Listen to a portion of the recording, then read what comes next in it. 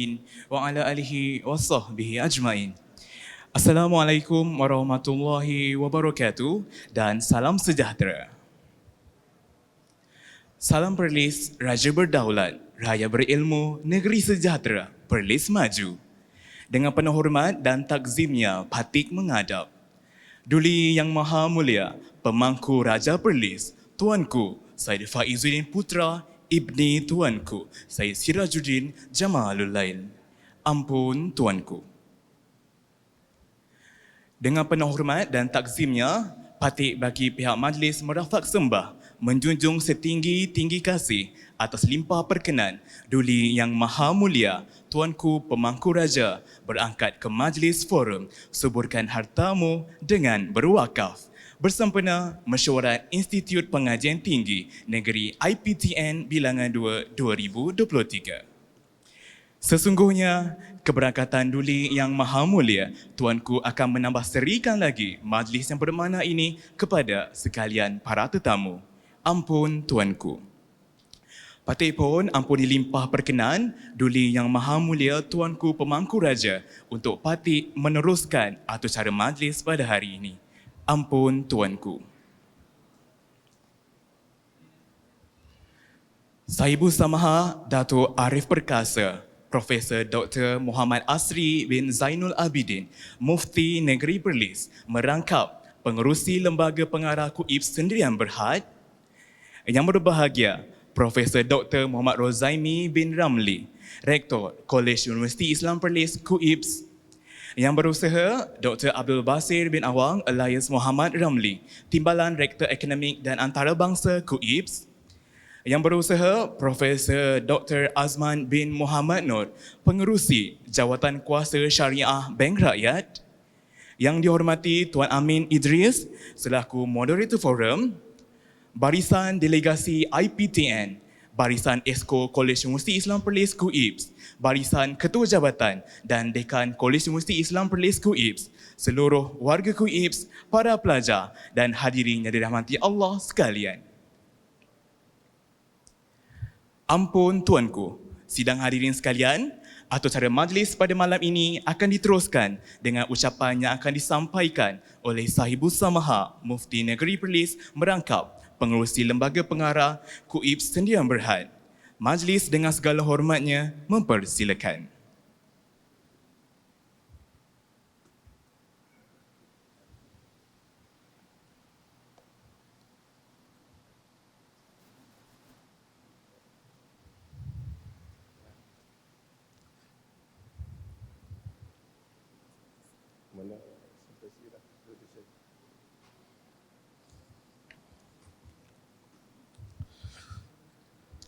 Assalamualaikum warahmatullahi wabarakatuh.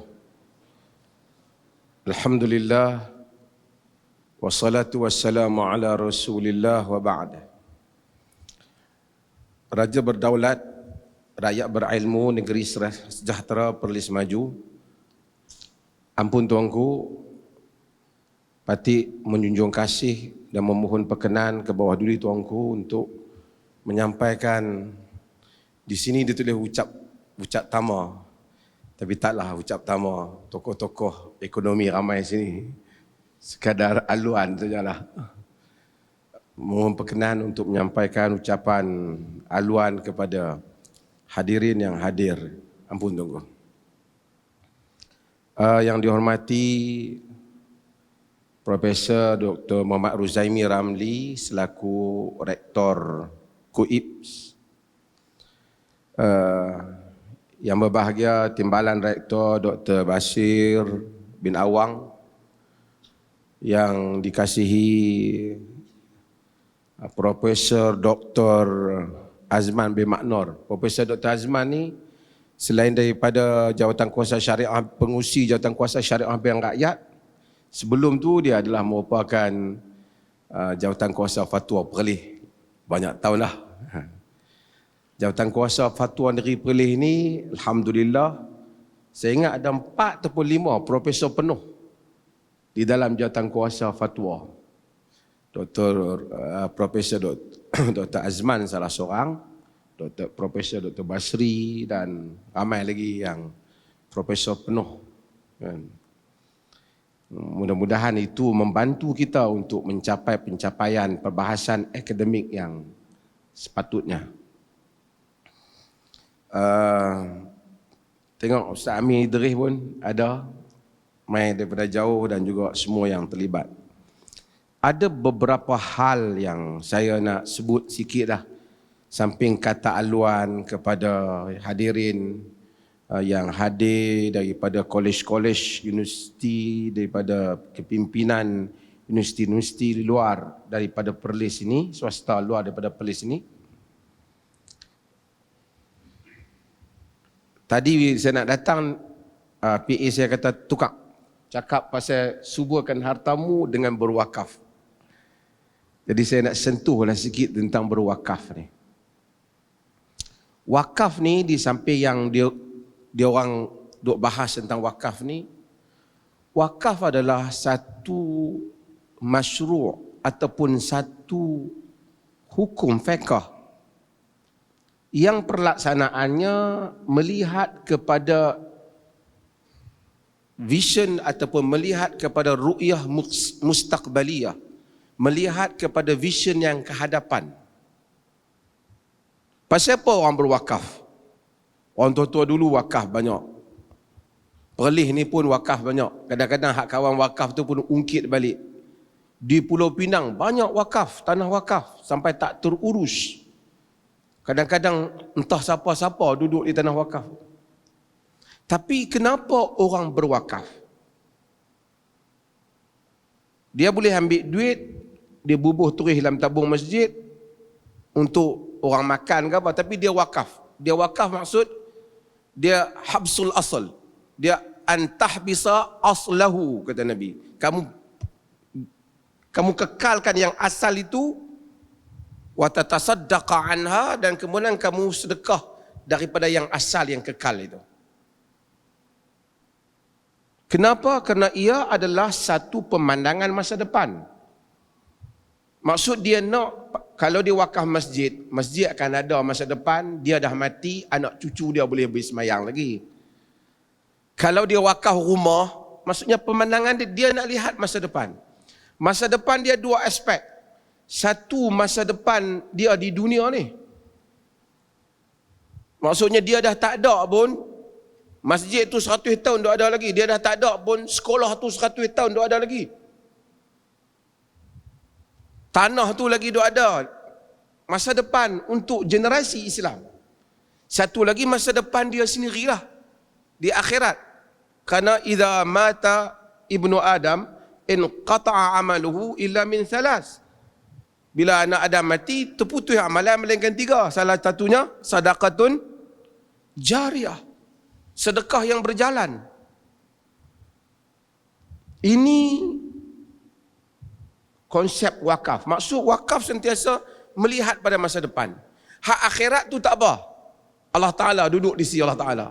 Tapi masa depan yang dunia ni, kawan wakaf dah tak ada dah.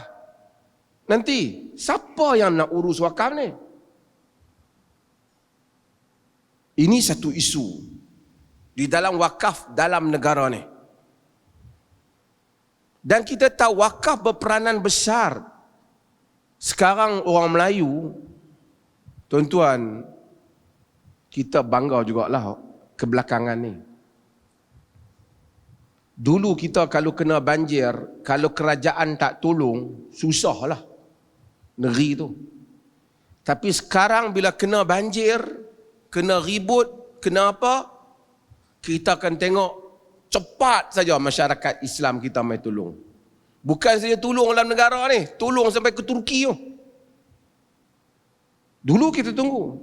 Ini kekuatan civil society. Kita cakap sekarang masyarakat madani. Ini sebenarnya maksud, kalau madani itu diterjemahkan sebagai satu civil society, dalam erti kata yang demikian, masyarakat yang menjamin.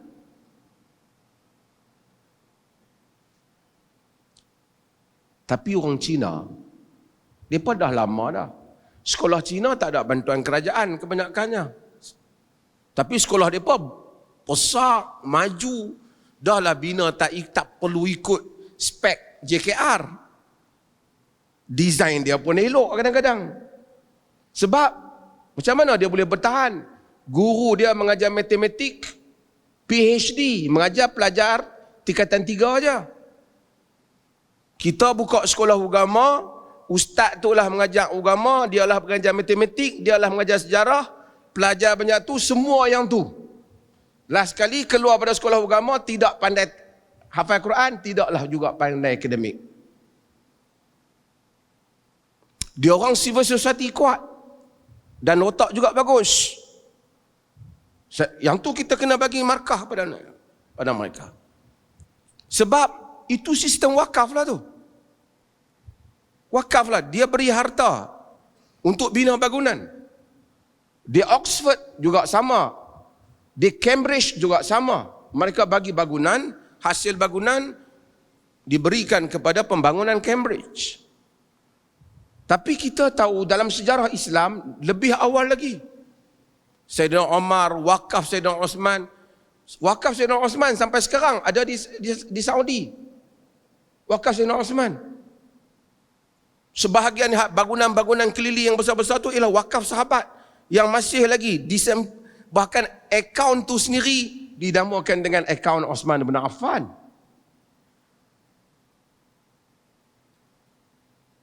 Wakaf tu zaman Nuruddin Az-Zinki. Nuruddin Az-Zinki, ramai orang suka cakap tentang Salahuddin Al-Ayyubi. Tapi orang terlupa, tanpa Nuruddin Az-Zinki, Salahuddin Al-Ayyubi tidak akan dapat membentuk kekuatan kerajaan itu. Nuruddin Az-Zinki dulu, Sultan Nuruddin Az-Zinki dulu yang membentuk laluan untuk Salahuddin. Saya baru ni pun saya bercakap dalam majlis mana, saya kata ramai orang suka cakap tentang Omar bin Abdul Aziz. Tapi orang terlupa, Omar bin Abdul Aziz dia tak boleh duduk jawatan tu. Melainkan kerana Khalifah Sulaiman bin Abdul Malik yang memberi laluan kepadanya. Orang selalu lupa laluan. Macam kita juga, wakaf yang ada ni kita terlupa. Nama pewakaf pun kita tak ingat, tak apalah. Tapi sebahagian kejayaan kita hari ni kerana ada orang yang memulakannya. Tapi dalam sejarah wakaf Islam, umat Islam dahsyat. Bukan saja wakaf masjid, wakaf untuk kucing pun ada. Wakaf untuk kucing yang tak ada makan, tak ada tempat, ada wakaf. Wakaf untuk anjing yang mana tak ada tuan untuk makan, ada wakaf. Ada wakaf. Dia letak makan untuk. Wakaf untuk kot tepi jalan untuk orang musafir yang tak ada boleh pergi tidur, wakaf. Sampai dikatakan tak ada ruang bab melainkan semuanya ada wakaf orang Islam dalam sejarah. Masa zaman Jamal Abdul Nasir, pengaruh Soviet Rusia begitu kuat menyerang negara-negara Arab. Sebahagian negara Arab begitu terpengaruh dengan sosialisme. Jamal Abdul Nasir terpengaruh dengan sosialisme. Sebahagian para ulama cuba nak buktikan tak payah duk bawa idea sosialisme dalam Islam. Kerana fikrah sosialisme itu telah didahului oleh Islam. Walaupun istilah ni saya tak berminat. Tetapi Mustafa Sibai menulis Ishtirakiyatul Islam. Socialism in Islam.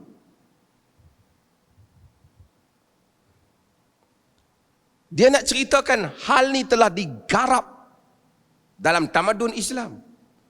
Mustafa Sibai juga menulis tentang min rawa'i' hadaratina, di antara keindahan tamadun kita. Dia cerita semua ni, semua jenis wakaf yang ada dalam tamadun Islam, bukan wakaf masjid lah. Wakaf ni daripada untuk orang, wakaf untuk kucing pun ada. Wakaf untuk rumah, untuk isteri berlindung jika dimarah oleh suami, ada. Dalam sejarah Islam. Dalam sejarah umat Islam. Banyaklah. Tak panjang-panjang saya pula jadi penceramah. Cumanya macam saya sebut poin yang mula tadi. Ramai orang wakaf dalam sejarah ni. Tetapi siapa yang nak menguruskan wakaf ni? Kalau tidak ada satu pengurusan yang bagus, akhirnya orang akan abuse harta wakaf ni. Dia asalnya suruh jadi pemegang amanah, akhirnya tanah tu semua keturunan dia duduk.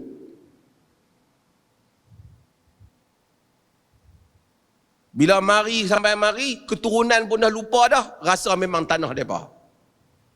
Di Pulau Pinang, banyak tanah-tanah bukan keturunan duduk. Non-Muslim duduk dan memang tak boleh keluar dah. Tak boleh nak tuntut dah. Semua bina bangunan besar. Tak boleh buat apa. Bukan saja di Pulau Pinang, di seluruh Malaysia ni. Berapa banyak harta wakaf yang terbengkalai fungsinya. Sebab itu dalam negeri Perlis dan negeri lain juga, MAIPS adalah pemegang tunggal kepada wakaf dalam bentuk yang sebegini. Bukan nak soal kontrol, tapi kalau tidak, tak ada pengurus kepada harta wakaf. Bagi wakaf kat ustaz tu, kalau dia urus okey. Kalau dia beli kereta mewah, hilanglah. Kalau dia beli datuk, lagi masalah.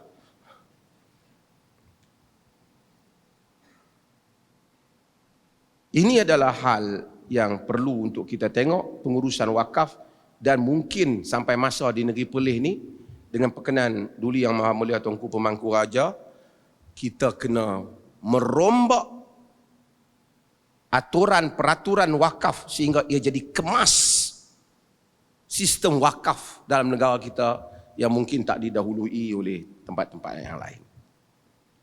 Yang terakhir ialah soal knowledge and wealth. Al-ilm wal mal. Harta, ilmu dan harta. Ilmu menghasilkan harta. Harta tanpa ilmu hilang. Tapi ilmu patut menghasilkan harta. Ilmu yang bermanfaat. Saya pernah cerita Al-Qadi Abu Yusuf Ibrahim bin Yaqub. Dia semasa kecil-kecil, mak dia hantar dia supaya pergi belajar jahit. Tapi dia bila pergi nak belajar jahit, pasal keluarga miskin, bila dia nak pergi belajar jahit, dia lalu dalam kawasan masjid, dia tengok ada halaqah Al-Imam Abu Hanifah, mazhab Hanafi, Imam Hanafi. Jadi bila dia tengok ada halaqah Abu Hanifah, dia duduk dalam halaqah Abu Hanifah dan dia bijak. Bila dia balik, mak dia tengok, dia tak pergi kelas belajar. Mak dia nasihatkan dia, kau pergi mana? Dia kata, aku pergi kelas Abu Hanifah. Dia kata, kau jangan hadir kelas Abu Hanifah. Abu Hanifah tak apalah orang senang. Dia makan khubus, maksudnya dia makan roti. Kita ni makan roti kering. Dia cakap macam mana masjid pun kena ke dia. Abu Hanifah businessman. Dia boleh support student dia ada duit. Bila Abu Hanifah tengok dia tak ada, Abu Hanifah panggil dia, pergi mana? Dia kata ibu dia tak bagi. Abu Hanifah biayai duit bagi kat mak dia, duit kerja, duit untuk dia belanja mari kelas. Tengok Abu Hanifah buat kepada Abu Yusuf. Mak dia datang, Abu Hanifah, kau janganlah ganggu anak aku ni nak pergi belajar. Kau tak apa, kau orang senang, kami orang susah. Dalam riwayat sejarah katalah, Abu Hanifah kata, kalau bersungguh anak kau belajar, sayati yauman la yakulu faludhaj ma'al umara atau ma'al khulafa. Satu hari kalau dia bersungguh-sungguh, dia akan makan faludhaj bersama dengan khalifah. Dia kata, Abu Hanifah, kami ni nak makan roti kering pun tak ada. Tak payahlah kau buat cerita nak makan faludhaj yang mahal tu. Sehingga Abu Yusuf belajar sehingga dia menjadi orang yang paling alim selepas Abu Hanifah. The first Qadi Qudah. The first Qadi Qudah dalam Islam. Qadi Qudah ni macam mufti besar bagi empire kerajaan Abbasiyah. Qadi ni dia bukan setakat mufti fatwa, tapi menentukan hukuman di mahkamah dan juga fatwa di tangan dia. The first orang yang pakai gelaran Qadi Qudah, Abu Yusuf. Dia jadi qadhi qudah. Satu hari ketika Abu Yusuf makan dengan khalifah, dihidangkan faludhaj. Khalifah kata bagi kepada qadhi, bagi pada Abu Yusuf. Ini faludhaj jarang-jarang dibuat untuk kami. Maksudnya jarang khalifah pun makan. Dia kata dia makanan tu dia makanan dengan biduhnil fustuk, minyak kacang cerdik tu, pistachios tu, dia tumbuk di mesin sehingga keluar makanan the best makanan lah. Khalifah kata jaranglah dibansak untuk kami. Bila diberi kepada Abu Yusuf tanya, apa dia ni? Ini faluzaj. Abu Yusuf teringat masa dia kecil-kecil dulu kata-kata Abu Hanifah. Lalu dia tersenyum. Khalifah tanya, kau senyum kenapa? Dia kata, tak ada apa. Kau kenapa beritahu aku? Kenapa kau senyum?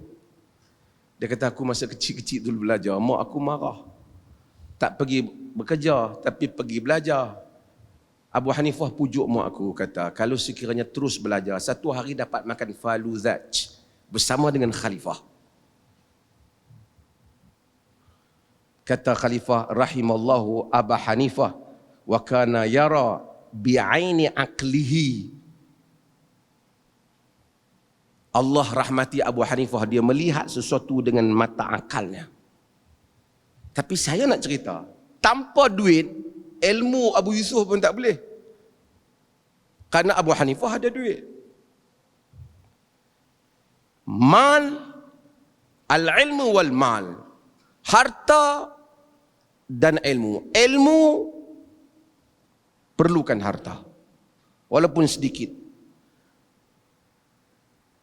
Harta mesti dibimbing oleh ilmu. Dan ilmu akan mendatangkan harta.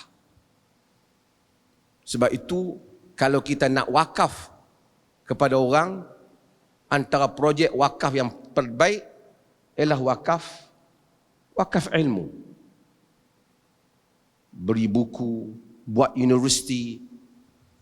Nuruddin Az-Zinki tahun 1174, lebih kurang tahun 500 lebih hijrah, 515 hijrah begitu, 1174 Masihi. Dia mula untuk menghadapi perkembangan Syiah dan juga demikian Salahuddin Al-Ayyubi, mereka buka banyak sekolah. Orang kata kejayaan sistem pendidikan pada zaman itu, sekolah-sekolah Salahuddin Al-Ayyubi dan Az-Zinki dan juga sekolah Nizamiyah di Baghdad ialah kerana support daripada ulul amri yang mempunyai vision masa depan. Sehingga mungkin Dr. Azman, Profesor Azman, Syekh Munir Qaf kata, tanpa pengurusan politik yang bagus, sistem wakaf yang baik tak dapat ditegakkan. Dan ini menuntut negeri Perlis ni untuk kita melihat kepada hal ni. Panjanglah balik saya daripada nak aluan. Tu malah tadi saya abang kan Dr. Rora tak payah lah. Dia suruh juga. Bila pegang mikrofon ni teringat macam-macam. Terima kasih banyak. Itulah saya pun wakaf ni ada ahli kepakaran dia. Terima kasih banyak kerana sudi menyebut saya untuk memberikan kata aluan, menjunjung kasih kepada Duli Yang Maha Mulia Tuanku Pemangku di atas perkenan mendengar sikit sebanyak. Tadi Tuanku dah kata semalam abang kata nak bagi kata aluan ni jadi panjang dalam majlis Asia Nusantara. Ini berlaku lagi sekali. Mohon ampun tunggu. Sekian. Assalamualaikum warahmatullahi wabarakatuh.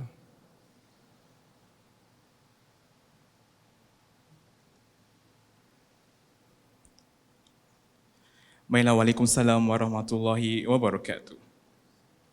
Majlis merakamkan ucapan jutaan terima kasih kepada Saibu Sama Profesor Dato' Arif Perkasa, Dr. Muhammad Asri bin Zainul Abidin atas ucapan beliau sebentar tadi. Ampun tuanku, Sidang hadirin sekalian, atur cara kita pada malam ini akan diteruskan lagi dengan atur cara forum diskusi.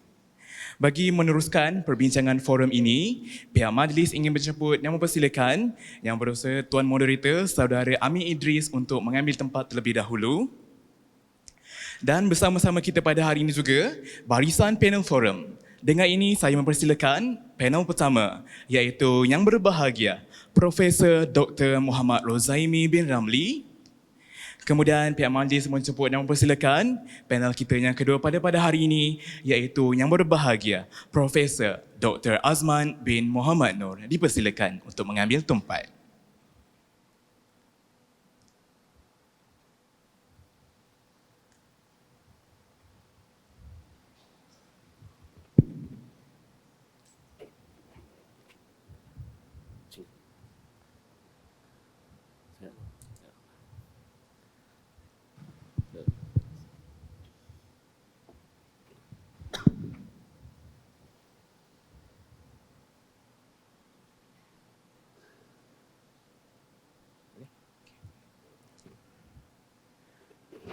Baiklah, jikalau semuanya telah bersedia, arena perkongsian ilmiah kita pada hari ini saya serahkan kepada Tuan Moderator untuk meneruskan forum ini. Dengan segala hormatnya, pihak majlis mempersilakan. Assalamualaikum warahmatullahi wabarakatuh. Ampun tuanku, patik pohon ampuni limpah perkenan dulu yang maha mulia tuanku pemangku raja untuk patik meneruskan forum kepada hadirin dan hadirat pada malam ini. Yang berbahagia, Profesor Dr. Rozaimi, apa khabar, Profesor? Baik, Alhamdulillah. Sihat, Alhamdulillah. Lama tak jumpa. Setahun dah. Seterusnya yang berbahagia Profesor Dr. Azman, apa khabar? Saya pagi tadi dengan Profesor Dr. Azman, kami satu flight. So sempatlah kami berforum mini pagi tadi. Dan Alhamdulillah pada malam ni kita sambung lagi untuk memberikan ilmu. Bukan hanya tentang wakaf, tetapi kepentingan mengurus wakaf. Sebab kita kena terima dalam realiti Islam hari ini, bab idea Alhamdulillah Muslim champion. Tapi pengurusan idea tu kadang-kadang kalau bahasa mudahnya cloud. Maka insya-Allah pada malam ni kita akan sama-sama berbincang, berdiskusi secara ilmiah. Mudah-mudahan ada kesedaran bukan hanya wakaf tetapi pengurusan wakaf yang baik. Tetapi sebelum tu saya nak mulakan dengan Profesor Dr. Rozaimi untuk berkongsi dahulu tentang pensyariatan wakaf. Tadi Dr. Mazhar dah cerita bagaimana kuasa wakaf boleh membantu banyak pembangunan ummah. Pensyariatannya apa cerita? Silakan Profesor. Assalamualaikum warahmatullahi wabarakatuh. Waalaikumsalam. Alhamdulillah wassalatu wassalamu ala Rasulillah wa ala alihi wa sahbihi wa man walah. Asyhadu an la ilaha illallah wahdahu la syarika lah wa asyhadu anna Muhammadan abduhu wa rasuluh. Allahumma salli wa sallim ala Muhammad wa ala alihi wa sahbihi ajma'in. Amma ba'd. Menghadap Duli Yang Maha Mulia, Tuanku Pemangku Raja Perlis, Sahibus Samahah Mufti Negeri Perlis, terima kasih pada moderator Saudara Amin Idris, sahabat saya Profesor Dr. Azman, yang merupakan ahli Jawatankuasa Fatwa Negeri Perlis, hadirin hadirat mukminin dan mukminat yang dirahmati oleh Allah Subhanahu wa taala sekalian. Saya kira masih belum terlambat untuk saya alu-alukan kehadiran sahabat-sahabat daripada IPT negeri, yang mana sebahagian daripada sahabat-sahabat kita daripada Institut Pengajian Tinggi Negeri telah pun hadir, daripada Pahang telah hadir, ada yang daripada saya nampak daripada Pahang tadi. Ada sebahagian daripada negeri lain juga. Selamat datang ke Negeri Perlis. Jadi saya sebenarnya semalam saya jumpa dengan Mufti. Saya kata kalau boleh Datuk Mufti jadi panel lah. Saya tak payah jadi panel. Lepas tu Datuk Mufti kata tak payah, entah jadi tuan rumah, entah kena jadi panel lah. Sebab saya 2 kali jadi tuan rumah ni. Sebab pertama ini anjuran KUIPS dan yang kedua masjid ni pun saya pengurusi. Jadi 2 kali lah tuan rumah itu. Jadi selepas ni kena panggil tuan-tuan rumah kan. Lepas tu saya kata dekat Datuk Mufti, saya kata tak boleh. Mufti kena turun sebab pertama kawan-kawan daripada IPTN ni mungkin nak jumpa Mufti dulu sebelum nak jumpa Rora. Rora daripada jumpa dah mesyuarat yang lepas. Dah 2 kali mesyuarat dah kami ni. Jadi Alhamdulillah, terima kasih banyak pada Mufti kerana memberikan ucap tama. Paling tidak kawan-kawan daripada IPTN ni dia orang dapatlah tengok Mufti Perlis secara live kan. Mungkin sebelum ni tak ada pengalaman, sebab bila saya pergi ke mana-mana negeri bermesyuarat, dia orang akan tanya, Mufti macam mana kan, Mufti Perlis okey ke tak kan. Jadi sebab itu kita memahami hasrat tu. Itu yang pertama. Yang kedua berkenaan dengan wakaf. Sebelum nak pergi kepada wakaf, kita kena tahu dulu hakikat insan hidup dalam dunia ni. Allah Subhanahu Wa Taala hidupkan manusia dalam dunia ni sebagai satu ujian. Sama ada kebaikan ataupun musibah, sama ada berbentuk kesenangan, kebahagiaan ataupun musibah, Allah Taala jadikan itu sebagai ujian kepada insan. Wa nabluukum bisyarri wal khairi fitnah. Kami jadikan manusia itu diuji sama ada dengan keburukan yang berlaku ke atas dia ataupun kebaikan yang berlaku padanya. Cuma manusia ni kebiasaannya apabila diuji dengan keburukan, apabila diuji dengan musibah, apabila diuji dengan kesempitan hidup, maka baru dia rasa Allah Azza wa Jalla sedang menguji dia. Tetapi dia lupa kadang-kadang kesenangan yang datang pada dia itu juga merupakan satu ujian. Kesenangan itu juga merupakan satu ujian yang Allah Azza wa Jalla letakkan dan dia akan bertanggungjawab kepadanya. Sebab itu dalam hadis Nabi SAW bersabda, hal laka illa ma labista ma akalta fa ablait wa ma labista fa ablait ma akalta fa afnait wa ma akalta fa ablait ma akalta fa afnait wama labista fa ablait wama tasaddaqta fa amdait. Yang bermaksud Nabi SAW menyebutkan, tidaklah menjadi milik kamu yang Allah Ta'ala berikan apa saja yang berada pada diri kamu, melainkan apa yang kamu makan dan telah tercerna. Apa yang kita dah makan dah letak dalam mulut, kita kunyah, kemudian masuk dalam perut, kemudian cerna. Itu milik kita lah. Nabi SAW menggunakan perkataan yang sangat teliti. Sebab apa? Sebab ada orang makan, belum cerna keluar balik. Itu bukan kita punya. Sebab yang makan muntah sendiri ni badang je.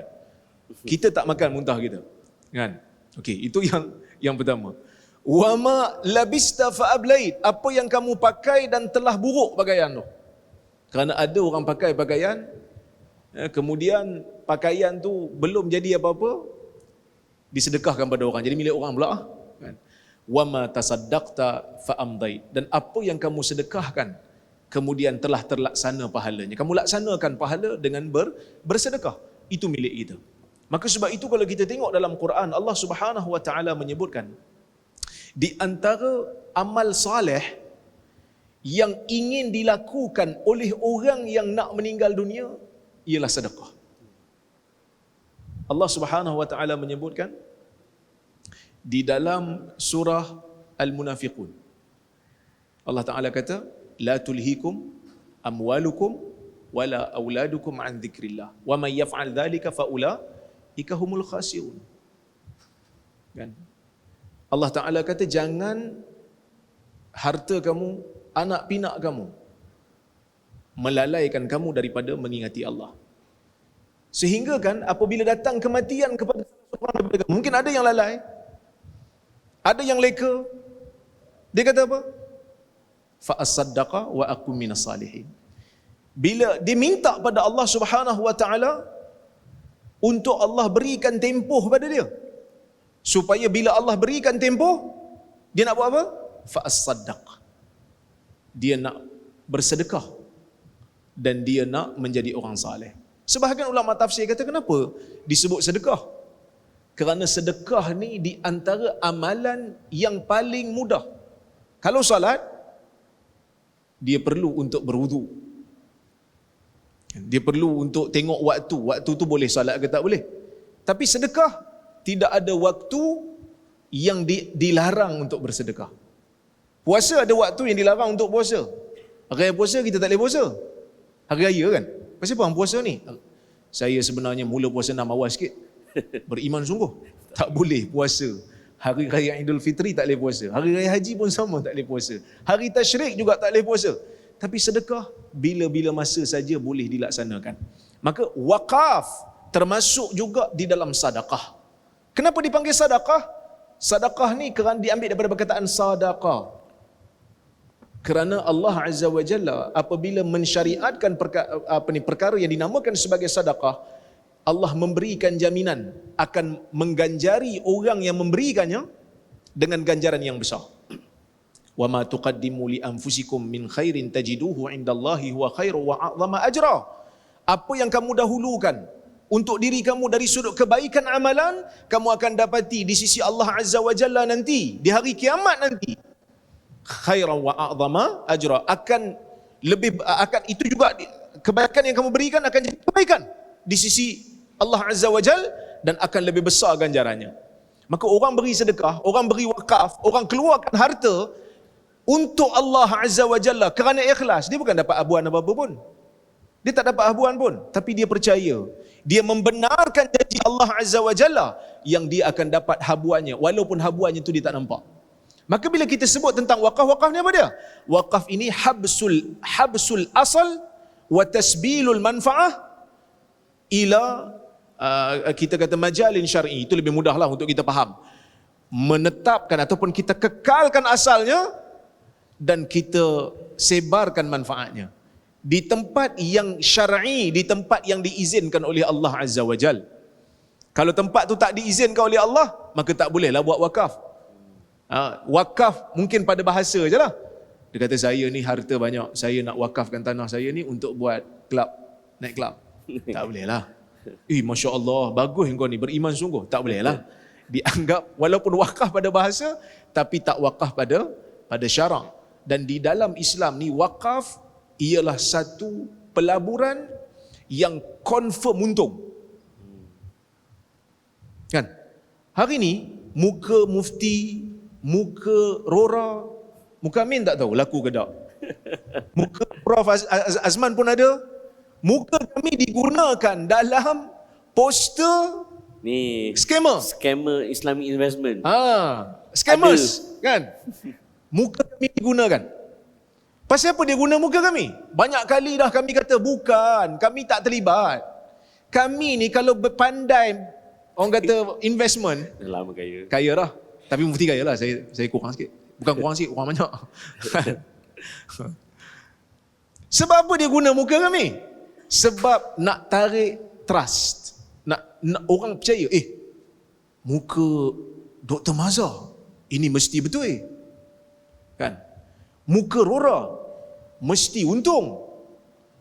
Maka itu skema dunia lah.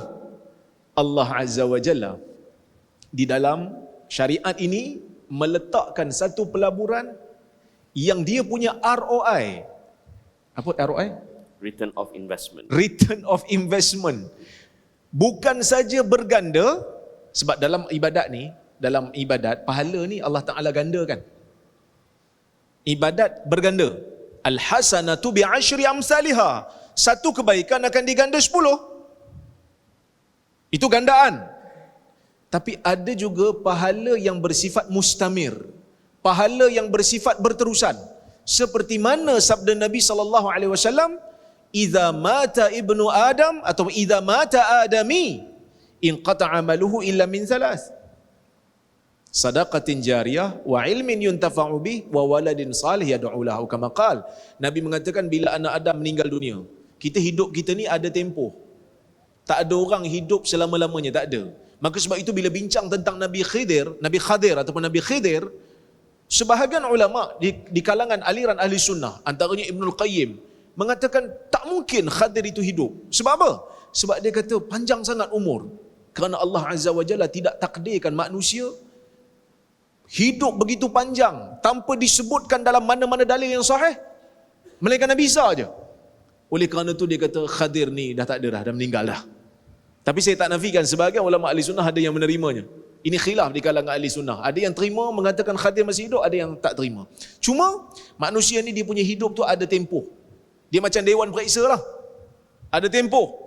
Cuma kalau dalam dewan periksa, waktu mula tahu sama, waktu tamat pun sama. Tapi dalam dewan periksa dunia ni, waktu mula tak sama, waktu tamat pun tak sama. Bukan sekadar tak sama, tak tahu pun bila tamat. Kalau dalam dewan periksa, pengawal peperiksaan akan kata, masa menjawab tinggal 30 minit. Kan? Kita yang tengah kuat hidung pun tiba-tiba jadi orang kata apa, jadi Laju. fokus jawab, untuk check balik jawapan. Tapi dalam dunia ni dia tak ada macam tu. Tak ada malaikat maut kata 30 minit lagi. Tak ada. Jadi kita kena usaha. Kita kena usaha. Cuma Allah Azza wa Jalla dengan rahmatnya, dia jadikan ada 3 perkara yang berterusan. Walaupun amalan kita telah tamat, tetapi amalan yang kita buat sebelum daripada umur kita berakhir akan berterusan. Apa dia? Yang pertama, sadaqatin jariyah. Kebanyakan ulama mengatakan ni wakaf. Apa dia? Kita keluarkan harta yang ada milik kita lah. Tak boleh milik orang. Lepas ni saya ambil rumah Dr. Azman. Dr. Azman tengok rumah cantik, saya wakafkan rumah ni. Tak boleh lah. Dia mesti rumah milik sendiri, harta milik sendiri. Seperti kata apa? Sadiq Sigaraga, kalau kau nak berzakat pun harta kau, bukan harta aku. Itu dia. Kemudian ilmin yuntafa'u bih, ilmu yang dimanfaatkan, dan anak saleh yang mendoakan untuk dia. Jadi wakaf ROI dia bukan hanya berganda tetapi berterusan. Selagi mana harta itu ada, selagi mana manfaatnya berjalan, maka selagi itulah pahalanya berjalan. Sebab itulah Nabi SAW sendiri melaksanakan wakaf. Kalau kita tengok dalam hadis riwayat Imam Bukhari, Nabi SAW ketika wafat, Nabi tak tinggal harta banyak. Nabi tak tinggal dinar. Nabi tak tinggal dirham. Nabi tak tinggal hamba. Nabi tak tinggal harta-harta yang banyak, melainkan bagalnya yang berwarna putih yang Nabi SAW tunggang sentiasa, dan Nabi SAW meninggalkan senjatanya, dan juga Nabi SAW meninggalkan tanah. Wa ardan ja'alaha libni sabili sadaqah. Nabi SAW ada tanah, Nabi jadikan tanah itu manfaatnya sebagai sedekah untuk ibnu sabil, untuk orang yang musafir terputus bekalan. Jadi boleh ambil daripada hasil tu beri kepada ibnu sabil. Jadi wakaf ditunjukkan oleh Nabi SAW seperti mana syarah Ibn Hajar dalam Fathul Bari. Begitu juga di dalam sirah kita ada contoh Abu Talhah. Ketika mana turunnya ayat Allah Subhanahu wa taala mengarahkan untuk melakukan infak, Abu Talhah datang jumpa Nabi SAW. Abu Talhah kata, "Ya Rasulullah, Allah Azza wa Jalla mengarahkan untuk kita menginfakkan harta yang terbaik yang kita ada. Lan tanalul birra hatta tunfiqu mimma tuhibbun." Kamu tidak akan sekali-kali mencapai kebaikan melainkan kamu infakkan daripada apa yang kamu sayang. Maka Abu Talhah kata, "Saya ada satu telaga yang paling saya suka, yang paling saya sayang, yang paling bernilai di sisi saya, maka saya jadikan ia adalah wakaf." Begitu juga dengan Uthman Ibn Affan, seperti mana yang disebutkan oleh Sahmatul Mufti tadi. Uthman membeli tenaga rumah yang mana ia menjadi wakaf kepada orang-orang yang berada di Madinah untuk menggunakan air pada ketika itu. Dan Umar Ibn Al-Khattab radhiyallahu anhu menerima satu bahagian daripada tanah Khaybar. Sehingga bila Umar kata, "Aku dapat tanah yang aku rasa ni paling aku suka sekali. Tolong ya Rasulullah, fama ta'muruni fiha? Engkau apa yang kau arahkan aku untuk aku buat?" Maka Nabi SAW kata, "Ihbas aslaha." Nabi kata, tahan asalnya, kemudian wasabbil thamarataha. Kemudian dia punya manfaat itu manfaatkan untuk umat. Maka sebab itu wakaf merupakan satu idea yang telah lama muncul sebelum munculnya idea-idea sosialisme dan sebagainya. Maksudnya dah lama umat Islam ni disuruh untuk berfikir tentang umat. Maksud umat menjaga umat, bukan semata-mata kerajaan kena berfikir tentang umat. Maka sebab itu kita tengok macam-macam usaha telah dilakukan untuk memperkenalkan wakaf ini. Wallahu a'lam. Terima kasih banyak. Terima kasih Dr. Razaimi. Apabila Prof sebut tentang muka beliau, muka Sahibul Samahah Dr. Mazhar, muka Dr. Azman jadi poster-poster untuk Islamic investment, daripada sudut positifnya, maknanya muka Dr. Rora ada market ada market. Budak-budak sekarang kata trending. Tuan-tuan dan puan, bila Profesor Dr. Razaimi dah sebut tentang wakaf dari sudut sirahnya, dari sudut hadisnya, saya nak pergi kepada Dr. Azman. tentang wakaf ni, selalunya di Malaysia ni kita bercakap tentang wakaf harta, wakaf bangunan, wakaf aset. Jarang dia kalau P. Ramlee kata kadang-kadang, bahkan mungkin tersangat rare lah orang bercakap tentang wakaf tunai. Soalan saya Dr. Azman, di manakah letaknya asas-asas, bagaimana pandangan para fuqaha tentang wakaf tunai ni, dan sejauh mana pengamalannya di Malaysia, dan kenapa Bank Rakyat memilih wakaf tunai untuk dilaksanakan? Dr. Azman, silakan. Bismillahirrahmanirrahim. Alhamdulillah rabbil alamin wassalatu wassalamu ala asyrafil anbiya wal mursalin wa ala alihi wa ashabihi wa man tabi'ahum bi ihsanin ila yaumiddin. Rabbi shrah li sadri wa yassir li amri wa hlul 'uqdatam min lisani yafqahu qawli.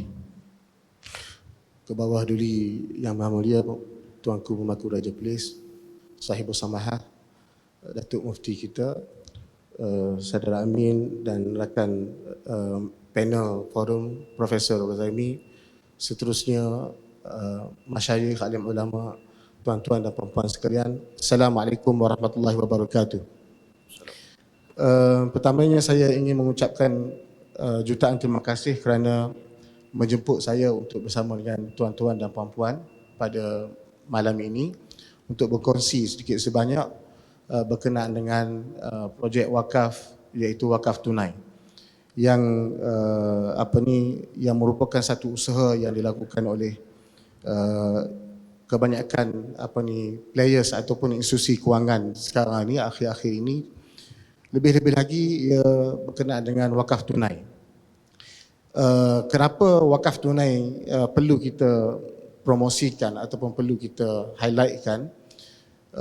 Ini kerana kebanyakan daripada kita, yang pertamanya, sebelum ini kita biasa mendengar wakaf aset kekal, fixed asset, sebagaimana saudara Amin sebut tadi, dan kita tengok di sana banyak kekangan tanah. Profesor sebut tadi pelaburan, kalau dia bagus dalam pelaburan, dia kata sudah lama dia jadi kaya. Tapi kadang-kadang tuan-tuan dan puan-puan, ada waktunya lebih baik kita tak melabur sebab akan jadi lebur. Kadang-kadang banyak yang tergoda dengan skim-skim cepat kaya, akhirnya lebur. Banyak yang terpengaruh dengan pelaburan hartanah, akhirnya tak dapat menemui komitmen terlalu tinggi. Nak liquidate tak boleh, terperangkap dengan hutang yang banyak. Ini yang berlaku dalam masyarakat kita pada hari ini. Banyak package kondo, rumah, hartanah, kadang-kadang kita beli, tak ada pembeli. Satu ketika keadaan ekonomi tidak stabil, macam-macam boleh berlaku, jadi di sana banyak risiko. Dan kalau kita tengok kepada wakaf tunai ini, dia sangat anjal, sangat agile, dan boleh dimanfaatkan dengan lebih berkesan kerana ada liquidity tadi. Dan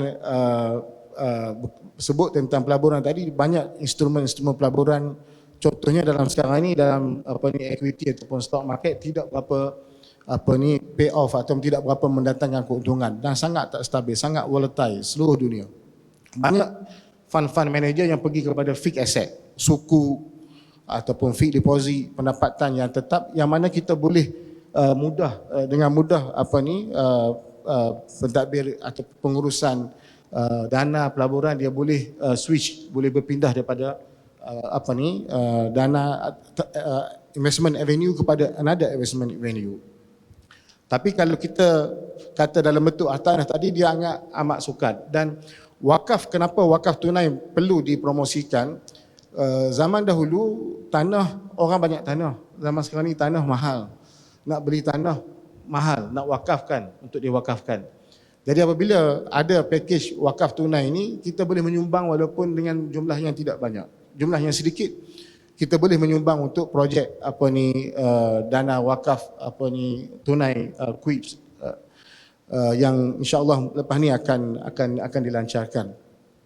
Dan kenapa juga wakaf tunai? Satu lagi jawapan ialah kerana dalam konteks sekarang ini sudah ada fatwa-fatwa yang daripada badan yang berautoriti seperti Majma' Fiqh Aufi mengeluarkan fatwa dibenarkan untuk kita mengambil wang tunai sebagai wakaf, iaitu konsep baru, wang tunai itu sendiri sebagai wakaf. Fatwa-fatwa di kebanyakan negeri-negeri Malaysia membenarkan wakaf tunai yang bentuk sementara. Kita kolek tunai untuk kita beli tanah untuk diwakafkan ataupun dibina masjid. Tetapi konsep wakaf tunai yang disebut dalam resolusi Majma' persidangan Badan Fiqh Dunia, Majma' Fiqhi, membenarkan wakaf itu sendiri menjadi tunai. Tunai itu sendiri menjadi wakaf. The subject matter ataupun mahal akad itu sendiri adalah wakaf, adalah tunai itu yang Profesor Rora dan saya bersama sebut habsul asal, kita mengekalkan nilai. Sebab duit itu sendiri an-nuqud la tata'ayyan bita'yin. Sebab itulah Muhammad bin Hasan al-Syaibani dan Zufar daripada pengikut Abu Hanifah menganggap bahawa wakaf tunai itu adalah harus kerana kita boleh mengekalkan nilainya. Jadi habsul asal, konsep habsul asal, preservation of the principle is there. Kita boleh mengekalkan, dengan syarat kita boleh mengekalkan nilai asal, katakan dia mewakafkan 1 kilogram emas ataupun 100 gram emas. Jadi kita boleh mengekalkan, ataupun dalam dolar, berapa dolar. Jadi caranya sudah dibincang, disebut oleh dalam mazhab Maliki. Imam Malik juga membenarkan wakaf tunai, iaitu disebut dalam mudawwanah dipinjamkan duit. Duit, seseorang boleh mewakafkan duit dia dengan cara duit itu dipinjamkan kemudian dibayar balik. Apabila dibayar balik, ia mengekalkan jumlah asal duit tersebut. Jadi kita habsul asal ada, preservation of the principle masih ada. Jadi ia sangat andal dan sangat boleh dimanfaati dalam banyak bentuk, dalam banyak konteks. Dalam konteks sekarang ini, duit yang diwakafkan itu boleh dilaburkan, dan return wa tasbil manfaah, maknanya return daripada investment tadi boleh kita salurkan kepada beneficiary of wakaf, kepada penerima ataupun mustafid ataupun muntafi' daripada projek-projek wakaf untuk pendidikan. Dengan Kuib, insya-Allah sebagai rakan kolaborasi Bank Rakyat, tujuannya adalah lebih pada pendidikan. Sebab Bank Rakyat juga ada buat kerja sama dengan Yayasan Wakaf Malaysia, itu lebih umum untuk untuk membantu mereka yang miskin, untuk tujuan sosial dan pendidikan dan pelbagai matlamat. Cuma dengan Kuib ni kita lebih untuk aktiviti pendidikan, akademik, research dan juga bantuan kepada pelajar, yang mana kita menjangkakan bukan immediately, bukan segeralah dapat lihat pulangan ataupun keistimewaan kepentingan wakaf tunai mungkin selepas beberapa tahun. Sebab kalau kita labur, kalau dana itu besar, insya-Allah apabila dana besar, sekarang ni kalau fixed deposit pun boleh bagi Bank Rakyat contohnya, ataupun bank-bank lain boleh bagi sampai 4% sebagai contoh. Jadi apabila kita ada dana yang besar 400 tahun itu, kita boleh tasbil manfaat. Jadi kita mempertahankan ataupun kita menjaga lagi prinsipal yang merupakan aset wakaf. Dan kita tengok amalan-amalan di negara-negara Islam yang lain di Indonesia. Masa baru-baru ni kami berkesempatan, saya dengan rombongan pejabat mufti Perselih, kami ke Jogja, ke Muhammadiyah.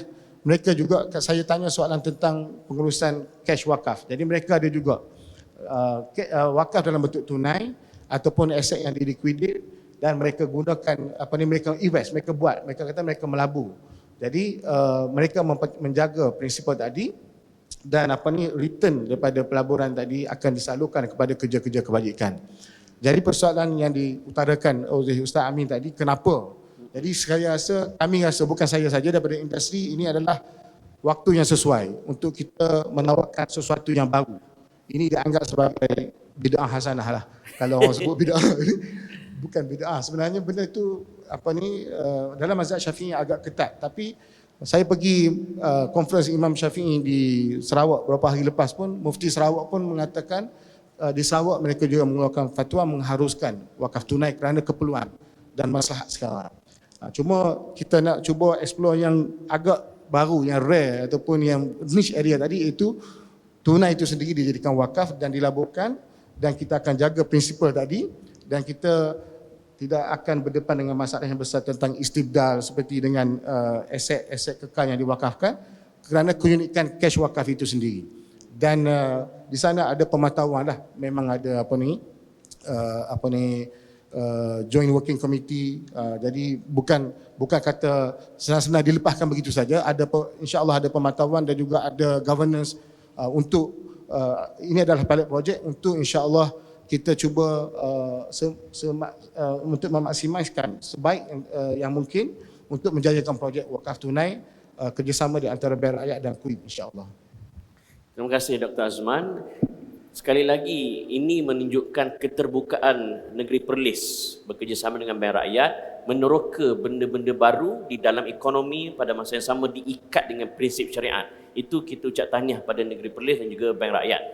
Dan saya nak pergi lebih spesifik lagi, Profesor Dr. Rozaimi, tentang dana wakaf Jamalul Lail. Ceritakan sedikit tentang dana wakaf Jamalul Lail ni, dan setiap gerak kerja mesti ada fokusnya. Dia bukan main tabur lagu tu je. Jadi mohon jelaskan, mohon pencerahan agar yang bukan hanya menonton di sini saja, malah secara online dia tahu apakah agenda dana wakaf Jamalul Lail. Silakan.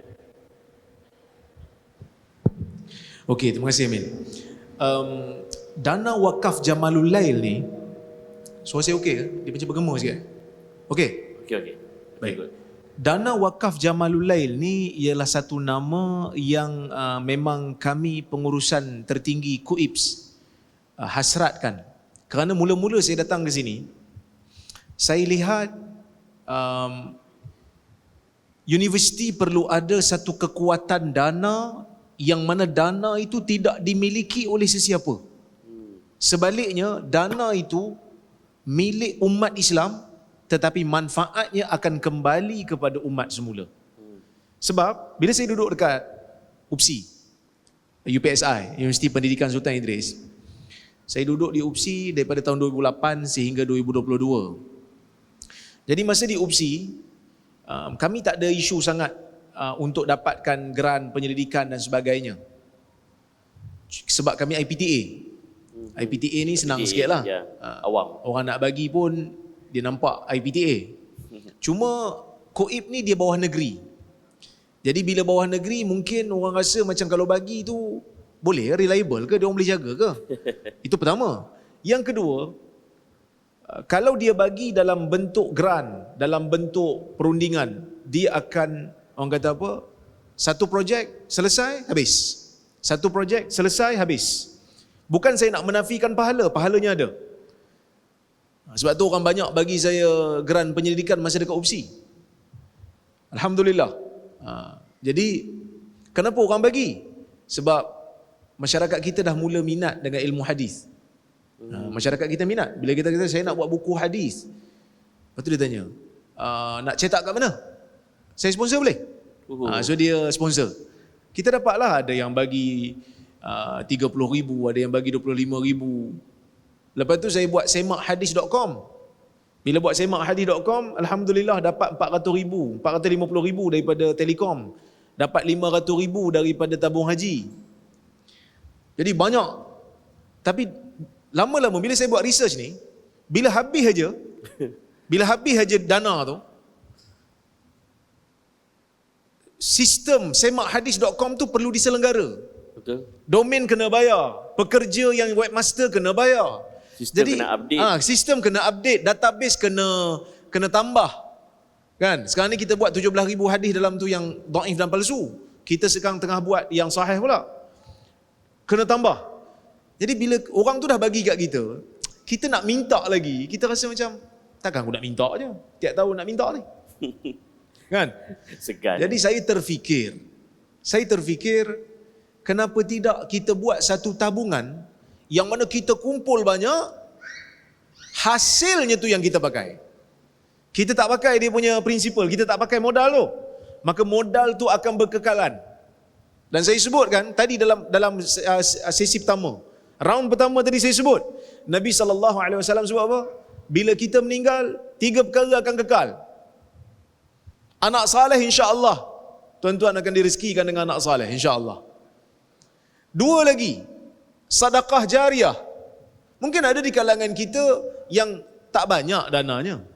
Tak banyak. Mungkin ada dia kata, Ustaz, saya nak sponsor Ustaz punya projek ni, kalau boleh, saya tanya berapa tuan nak bagi? 500 boleh lah Ustaz. Saya kata tak boleh 500. Kalau IPTA nak buat grant kena 5,000. Dia dengar tu macam terbeliak juga, kata 5,000 saya tak boleh lah Ustaz. Saya kata macam ni tuan, pergi kumpul dulu, cukup 5,000, datang jumpa saya. Lepas tu datang seorang lagi, sehingga seorang sahabat saya kata, Syekh, entah orang nak bagi duit, entah pergi tolak-tolak pasal apa? Saya kata tak boleh lah, dia nak bagi 500, nak letak kat akaun mana? Nak letak kat akaun sendiri, sekarang ada lembaga hasil kerja. Tak boleh, kan? Jadi saya terfikir, saya kata, kita kena buat satu akaun lah, yang mana akaun tu akan kekal. Jadi sebab itulah munculnya idea untuk buat dana wakaf ni. Dana wakaf Jamalul Lail. Yang mana kalau siapa-siapa yang berkeinginan untuk terlibat dalam fadilat yang pertama Nabi sebut, kekal tu, dan dia tak banyak dana, boleh masuk dalam tu. Banyak pun sama jugalah, boleh juga masuk. Masuk dalam tu. Dan yang kedua, dana ini tak digunakan melainkan untuk urusan-urusan ilmu. Pertama, kita akan guna untuk geran penyelidikan. Yang kedua, kita akan guna untuk perundingan. Yang ketiga, kita akan guna untuk beasiswa pelajar. Maka sebab itu, semua ni, kalau dia sekali dia bagi, dia akan dapat yang pertama, kelebihan sedekah jariah tadi. Yang kedua, ilmin yuntafa'u bihi. Mungkin dia tak ada ilmu. Mungkin ilmu dia bukan dalam bidang, dia mungkin ilmu dalam bidang teknikal, yang mana dia tak kerja dengan orang. Dia kerja dengan bahan, dia kerja dengan kipah. Kan?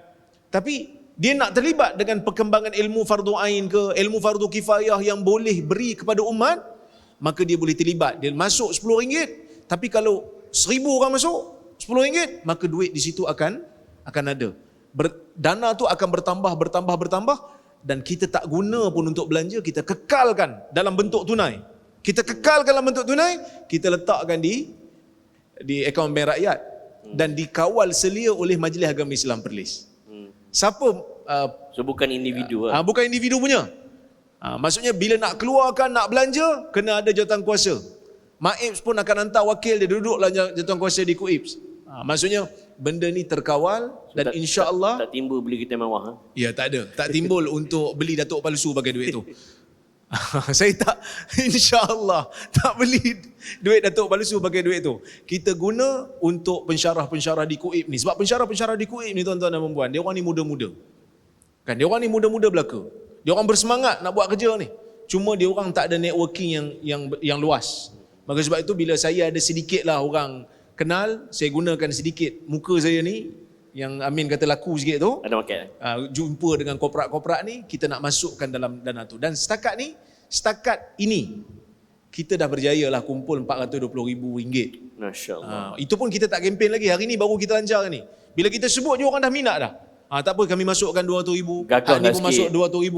Kan? Kita ini baru kita bagi tahu. Sebab apa? Sebab kita baru dapat buat nombor akaun lah. Bank Rakyat baru bagi nombor akaun. Jadi sebab tu kita berani untuk kempen. Dan siapa yang jaga, yang menjadi PIC, pegawai yang jaga dana wakaf ni tu? Ustaz Qarni. Siapa lepas ni nak pergi wakaf, jumpa Ustaz Qarni. Ustaz Qarni dah masuk KUIPS. Jadi saya suruh dia jaga bahagian wakaf ni, supaya dana wakaf ni dapat kita suburkan. Dan insya-Allah kita ada di KUIPS antara pensyarah yang aktif menulis. Kita ada Profesor Basri. Profesor Basri baru sebelum raya baru ni, bulan Ramadan, kita terbitkan 3 buku dia untuk digunakan oleh pelajar-pelajar KUIPS. Wow. Dan buku tu akan digunakan selagi mana Prof Basri itu mengajar di KUIPS, selagi itulah buku tu akan digunakan. Dan dia bagi bisik kat saya juga. Dia kata, Syekh, baru ni kami forum sekali, dia kata, Syekh, ana ada lagi 3 buku nak terbit. Dia. Saya ingat masa bila dia tulis? Dr. Basri ni pun, saya pun heran juga. Ini mungkin wali yang bukan terbang. Ini wali yang menulis bukunya. Berkat masa itu. Kadang-kadang kita segan. Kan, kalau kita ada dana yang kuat, dana wakaf ni, dia punya, kita panggil apa, hasil dia tu, dividen dia tu kuat, macam-macam benda kita boleh buat dari sudut keilmuan ni. Kita sebarkan ilmu-ilmu yang berkaitan dengan Quran dan Sunnah Mungkin kita tak pandai nak tulis benda tu. Mungkin kita tak ada masa nak tulis. Tapi ada orang yang ready, ada orang yang ada masa. Jadi insya-Allah benda tu bermanfaat, benda tu tak akan pergi sia-sia. Kerana dia termasuk dalam perkara yang dipanggil sebagai wakaf. Dan alhamdulillah, kerajaan kita panggil apa? Mufti Negeri Perlis dan ahli fatwa Negeri Perlis. Kita tak ada isu pun untuk membenarkan wakaf tunai. Memang ada Tuan Mufti, kita ada fatwa berkenaan dengan wakaf tunai. Sebab apa? Sebab wakaf tunai ni dia benda baru. Kerana di dalam ilmu syariah yang klasik dia ada dua benda. Wakaf yang menjadi kebiasaan perbincangan, yang pertama akar, yang kedua mangkulat. Akar ni sepakat ulama lah dibenarkan, benda yang bersifat aset tak alih. Bangunan, tanah, kebun, benda yang tak alih. Yang ni sepakat dibenarkan. Tapi mangkulat, benda yang boleh alih, yang ni majoriti ulama tak benar kan. Tapi ada sebahagian ulama, aku tak silap Hanafi benar kan? Hanafi benar kan? Jadi wakaf tunai ni boleh dimasukkan dalam benda yang dipanggil sebagai mangkulat, benda yang boleh alih. Dan Movable. ia lebih baik daripada wakaf yang dipanggil sebagai wakaf tak alih dari beberapa sudut. Yang pertama, kadang-kadang orang bila wakaf, dia nak pahala, dia nak manfaat, dia nak benda yang boleh kembali kepada umat. Tapi kalau katalah dia buat wakaf masjid lah umpamanya. Orang ni wakaf masjid kat sini, lepas tu orang sana pula wakaf masjid, depan tu pula wakaf untuk buat masjid. Jadi lama-lama masjid jadi banyak. Jadi bila masjid banyak, akan ada masjid tak ada orang, akan ada masjid yang tak imarah kan. Jadi masjid yang tak imarah, tak terhasillah hasrat pewakaf tu. Takkan nak untungkan masjid pula. Kan? Takkan kita nak robohkan masjid. Kita disuruh untuk Imarahkan masjid. membina masjid. Membina masjid. Kan? Jadi wakaf tunai dia tak terikat dengan benda tu. Kita boleh guna dividen dia untuk apa saja maslahah, untuk apa saja keuntungan dan kepentingan orang Islam yang bermanfaat dan benda yang syar'i. Dan jangan risau, benda tu tak hilang. Benda tu akan kekal dalam bentuk tunai. Dia bukan dalam bentuk aset lah, dia dalam bentuk tunai. Tapi hasilnya tu insya-Allah akan digunakan. Kita kena tengok apa yang dilakukan oleh universiti-universiti lama, universiti tua. Antaranya Al-Azhar umpamanya. Al-Azhar antara universiti yang berjalan dengan dana wakaf. Itu yang pertama. Yang kedua, tengok Oxford, tengok Harvard. Endowment dia panggil endowment lah, dia tak panggil wakaf. Tapi endowment dia, saya ingat bilion pun. Kerana punya dana yang cukup kuat. Jadi kita juga kena pergi ke arah tu. Zakat benda yang wajib, dia tak boleh simpan. Zakat tak boleh simpan, zakat kena belanja. Dan betul wajib, tapi dia belanja hangus. Wakaf ialah ada elemen kita panggil istismar, pelaburan. Dia akan wujudkan sesuatu, sedangkan modalnya tu kekal sampai bila-bila. Saya hasrat satu hari nanti dana wakaf Jamalul Lail ni berpuluh-puluh juta dalam tu. Kalau insya-Allah kita hasratkan supaya puluh-puluh juta, kita dah ada dana geran kita sendiri, biasiswa kita sendiri, perundingan kita sendiri, kita boleh buat kerana dana kita sudah kuat dan mencukupi. Tak payah pening-pening dah. Tak ada siapa punya. Selagi mana ada dana tu, selagi mana ada bulan bintang, insya-Allah benda tu akan kekal insya-Allah. Wallahu a'lam. Doakan usaha kami. Insya-Allah. Doakan usaha kami dan kalau boleh menyumbanglah. Bukan untuk saya tetapi untuk umat insya-Allah.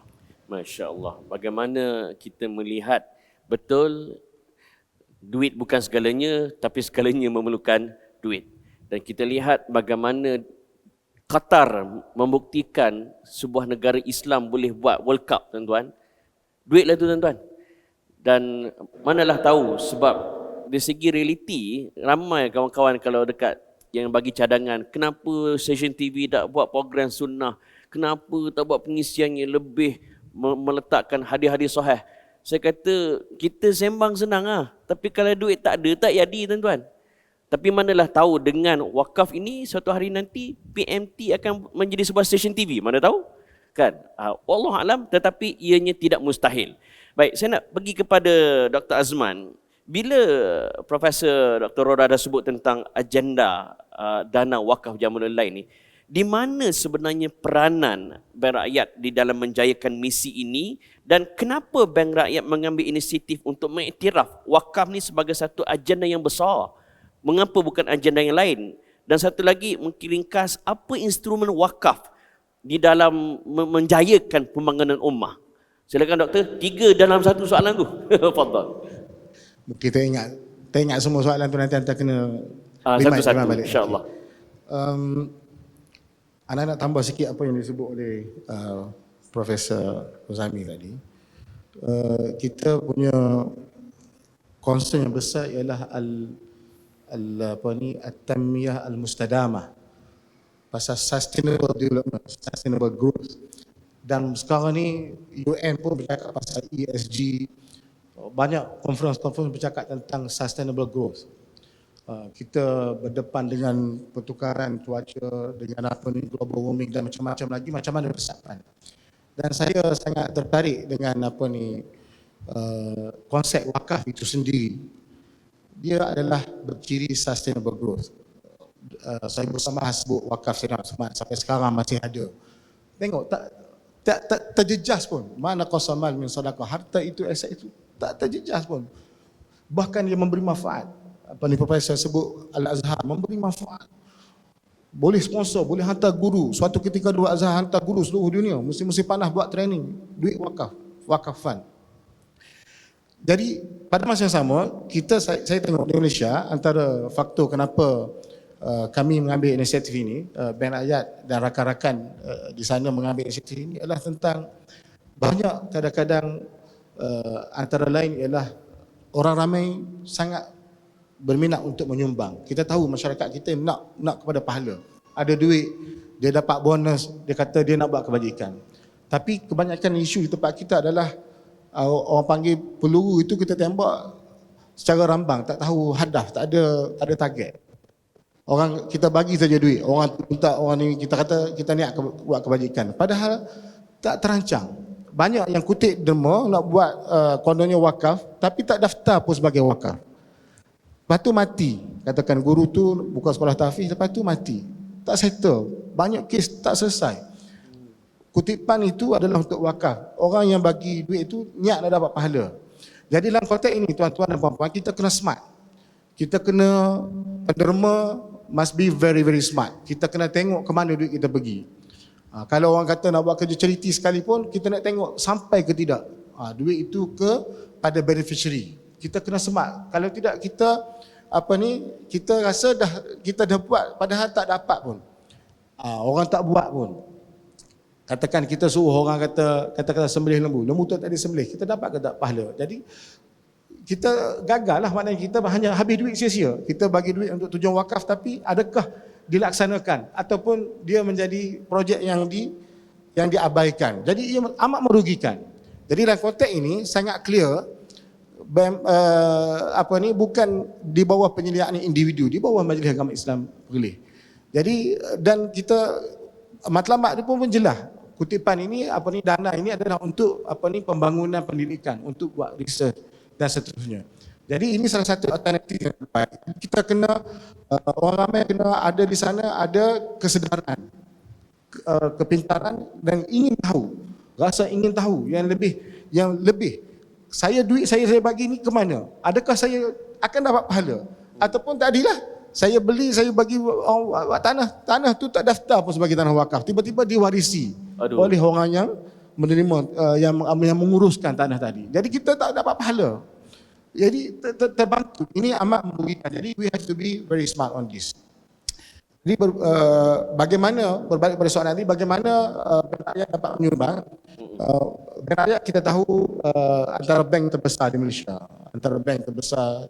dan antara bank yang mencatat keuntungan yang besar dan jumlah zakat juga adalah besar, lebih pada 40 juta biasa bank rakyat membayar zakat setahun, antara 30, 35 dan 40 juta setahun.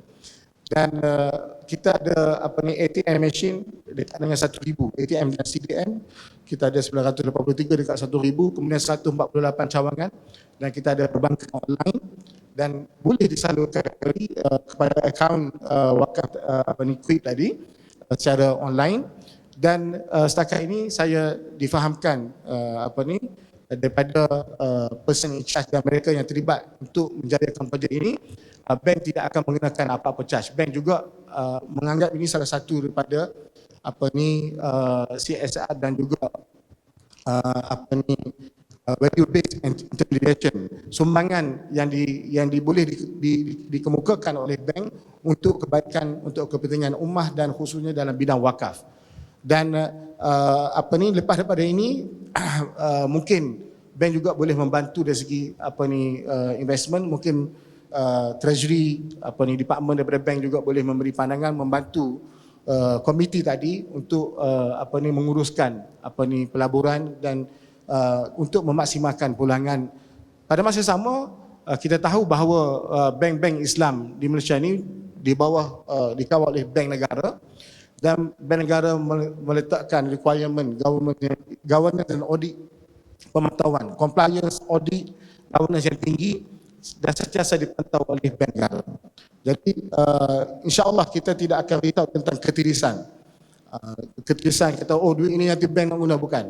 Memang dalam kes ini saya fahamkan bank juga mempunyai intention untuk menyumbang kepada masyarakat antara perkara yang boleh disumbangkan dan kita harap akan berterusan. Sebab sudah banyak inisiatif dibuat oleh pelbagai institusi kewangan untuk kerja-kerja kebajikan, tetapi yang ini kita anggap antara yang baru sebab dia feature dia baru dan konsep dia juga baru, dan bagaimana sebut tadi dipilih kita sudah fatwa membenarkan wakaf itu tunai itu dia mauquf dan juga digunakan ataupun tunai itu digunakan untuk aset ataupun wakaf yang lain. Jadi ada kelonggaran fatwa membenarkan, dan projek ini dengan fatwa dipilih dan juga inspirasi daripada bank rakyat, dan kita harap ianya akan mendapat sambutan, dan insya-Allah bank yang bank yang dipercayai oleh orang ramai. Sebagai contoh, saya jangan sebut bank rakyat buat program korban. Simpanan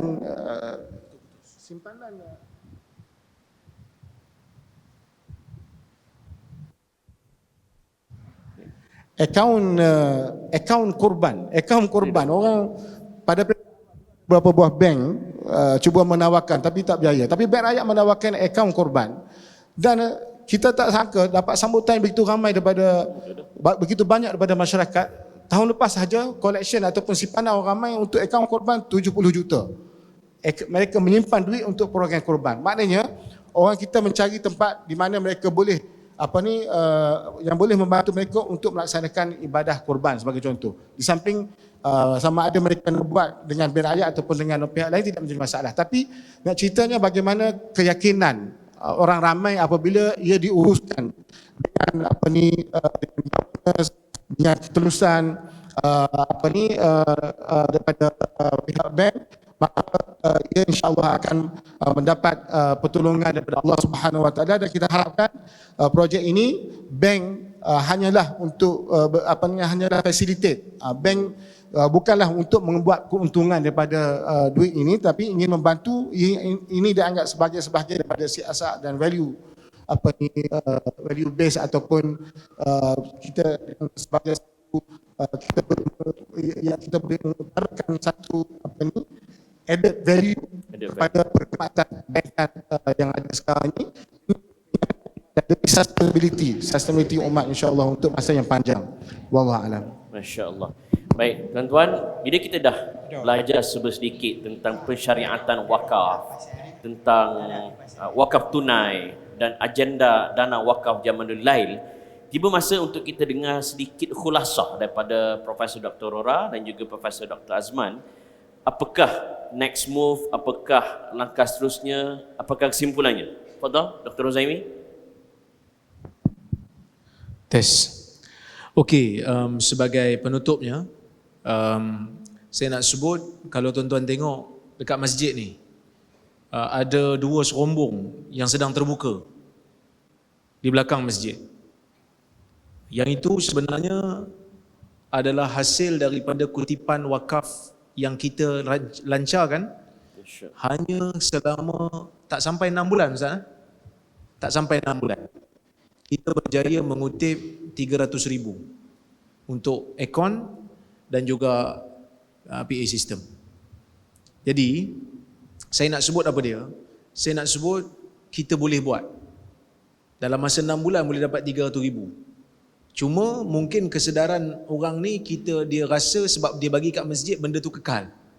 Tapi saya nak sebut kekal ni selagi mana ia wakaf, ia akan kekal. Dan selagi mana ia dikawal oleh agensi yang berautoriti, maka dia akan kekal. Jadi sebab itu kami letakkan nama Dana Wakaf Jamalul Lail yang diuruskan secara bersama oleh Majlis Agama Islam Perlis. Jadi oleh kerana itulah saya mengharapkan agar usaha kita ni dapat diteruskan dan dapat dimanfaatkan. Bukan untuk saya tak ada kepentingan peribadi. Saya pun dah tak ada masa nak buat research macam dululah, kan. Tapi kita memandang manfaat untuk umat Islam, insya-Allah, dan pahala untuk mereka yang menyumbang dalam usaha kita ni, insya-Allah. Jadi itu sajalah daripada saya. Terima kasih banyak. Profesor Dr. Azman, silakan. Ya. Sikit je yang tambah tadi, dari segi syariah compliance, dari segi syariah review, memang apa ni, sebab kami berada di bawah Bank Negara, jangan risaulah. Kalau sekiranya ada isu saja SNC, syariah non compliance isu, memang akan menjadi perkara yang besar dan ia akan dipantau. Dan sebagai penutup, saya ulangi lagi poin yang saya sebut tadi, kita kena pandai, kena smart dan kita kena ada target. Jadi jangan kata kita ada duit, kita pakai terus bagi pada siapa-siapa yang nak menawarkan kerja-kerja kebajikan. Jadi kita kena pilih yang mana yang betul-betul sustain, yang mana yang betul-betul mendapat pulangan dan memberi pahala yang berpanjangan kepada kita. Sebagaimana dalam pelaburan untuk hidup kita atau masa hidup kita ni, kita nak yang bagi pulangan yang banyak, begitulah juga dalam kerja-kerja kebajikan. Jangan kita bagi kepada pihak yang tidak dipercayai, tidak terurus dengan, tidak menguruskan dana dengan baik. Jadi pilihlah pihak badan-badan berautoriti yang mana kita yakin ia dapat dapat memberi pulangan, manfaat dan juga mendapat pahala, memberi pahala kita sebagai sedekah jariah yang berpanjangan sehinggalah hari kiamat. Wallahualam. Masya-Allah. Baiklah tuan-tuan dan puan-puan, saya ucap terima kasih kepada Profesor Dr. Azman dan juga Profesor Dr. Rozaimi di atas perkongsian ilmu, dan terima kasih pada semua yang menonton secara online, yang menonton di masjid. Sebelum saya serahkan pada pengurusi majlis, saya sudahi dengan satu pepatah Cina. Yalah, tadi ayat Quran sebut, hadis pun sebut, segan saya nak sebut hadis ni. Saya ambil pepatah Cina, maksudnya ialah hari terbaik untuk bercucuk tanam ialah 10 tahun yang lalu. Hari kedua terbaik untuk bercucuk tanam, termasuklah untuk buat investment, berwakaf, adalah hari ini. Sekian, Assalamualaikum warahmatullahi wabarakatuh. Saya serahkan kembali kepada pengacara majlis. Wallahu a'lam.